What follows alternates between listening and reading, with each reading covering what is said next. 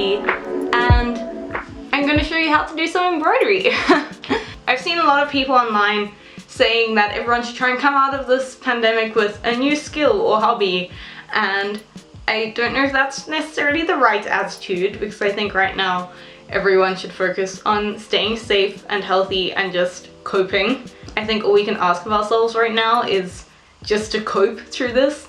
But honestly, I think that finding a hobby can be very therapeutic. So if you are looking for a hobby, I would really recommend embroidery, which is why I'm making this video.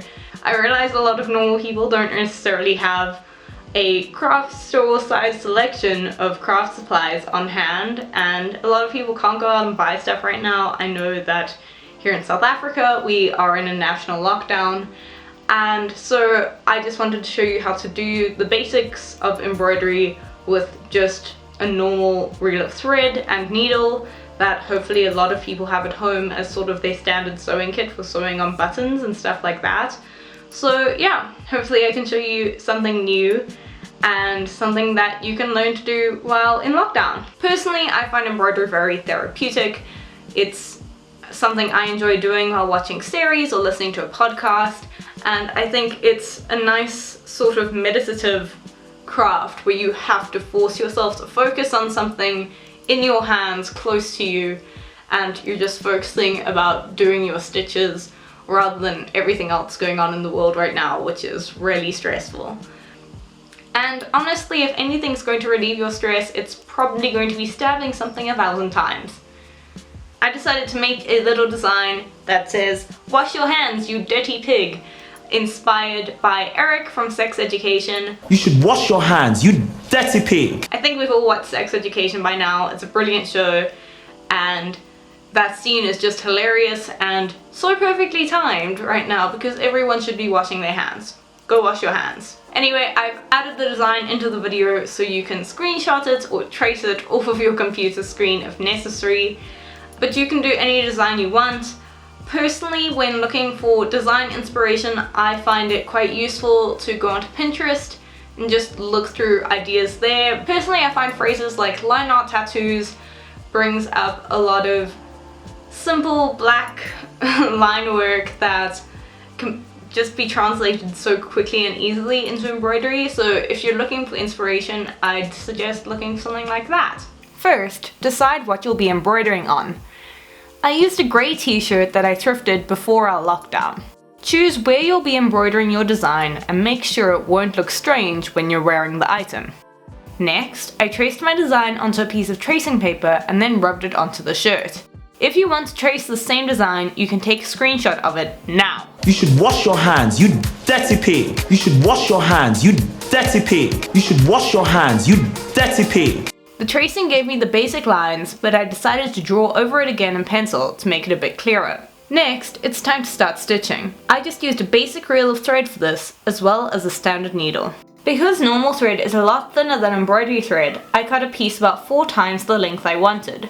I then folded this piece in half and put the 2 ends through the eye of the needle. One of the most important things to know about embroidery is that about 90% of it is just using your own spit to get the threads to lie flat enough to get through the eye of the needle.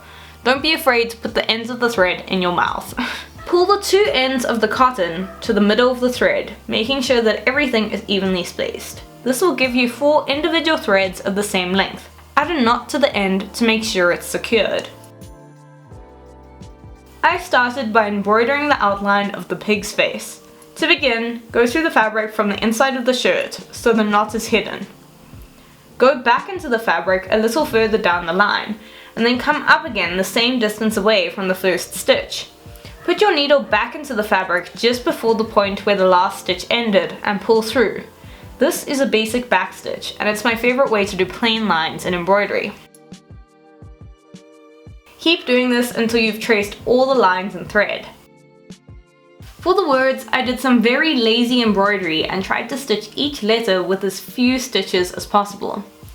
For the letters that are comprised of straight lines, I simply came through at the start of one line and went back through the fabric at the end of that line. For round letters, I made smaller stitches that were closer together to create the curves needed. After I finished stitching the letters, I went back and added the eyes and nose to the pig's face. To finish a thread when you're done stitching, or if you realize you won't have enough thread to finish the section you're working on, you can knot it by going through the last stitch you did and catching a small amount of fabric with the needle, and then wrapping the remaining thread around the needle 3 or 4 times. Carefully pull the needle through, allowing the loop of thread you've created to slowly get smaller, which will finally become a knot when it's pulled tight. Snip off the remaining thread a few millimeters away from the knot.